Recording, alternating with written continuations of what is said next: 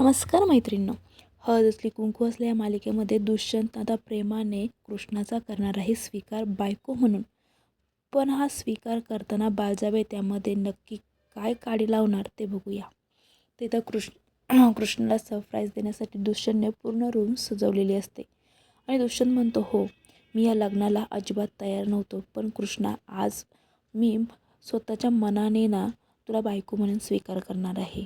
मला आज तू माझी बायको म्हणून आवडतेस, माझं प्रेम मी तुला सांगणार आहे. आणि तो कृष्णाची वाट बघत असतो की कृष्णा कधी येईल हे. तिकडे बाळजाबाई आणि गौतमी दोघीही मिळून एकत्र झालेले असतात. बाळजाबाई गौतमीला म्हणते की काही झालं तर कृष्णा आणि दुष्यंत एकत्र येता कामा नये. गौतमीला तर हेच पाहिजे नसतं. गौतमी म्हणते तुम्ही जसं सांगाल ना तसंच मी करणार.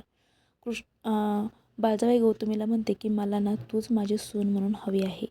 तर इकडे आता कृष्णा रूममध्ये येते तेव्हा लगेच दुष्यंत तिच्या अंगावरती गुलाबाची फुले टाकतो. ते बघून कृष्णा खूप खुश होते आणि म्हणते तुम्ही हे सर्व माझ्यासाठी केलं आहे का? तर दुष्यंत म्हणतो हो, कारण मला तुला आज काहीतरी सांगायचं आहे. तर लगेच कृष्णामध्ये काय सांगायचं आहे सांगा ना दुष्यंत सरकार. आणि ती म्हणते माझा स्वतःच्या डोळ्यांवरती विश्वासच बसत नाही की तुम्ही हे सर्व माझ्यासाठी केलं आहे. दुष्यंतने तिच्यासाठी एक फुलांचा गुफे आणलेला असतो. तो कृष्णाला देतो आणि म्हणतो हे बघ कृष्णा, आपलं लग्न होताना माझं तुझ्यावरती प्रेम नव्हतं. हे लग्न जबरदस्तीने झालं होतं, पण आज तसं नाही आहे.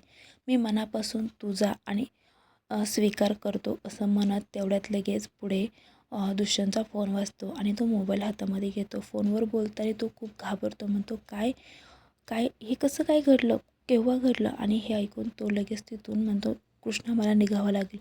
कृष्णा म्हणते पण तुम्ही मला काहीतरी सांगणार होता. दुष्यंत म्हणतो मी नंतर सांगेन. आणि आता हा दुष्यंतला घराबाहेर काढण्यासाठी बाळजाबाई आणि गौतमीचा प्लॅन होता, पण दुष्यंतला ते कळतच नाही. दुष्यंत कृष्णाला तिथे सोडून निघून जातो. कृष्णा इथून विचार करत असते की नेमके दुष्यंत सरकारला कोणाचा फोन आला असेल, ते मला असं एकटं टाकून का गेलेत. पुढील भागामध्ये काय होणार आहे जाणून घेण्यासाठी चॅनल सबस्क्राईब करा, व्हिडिओ लाईक करा.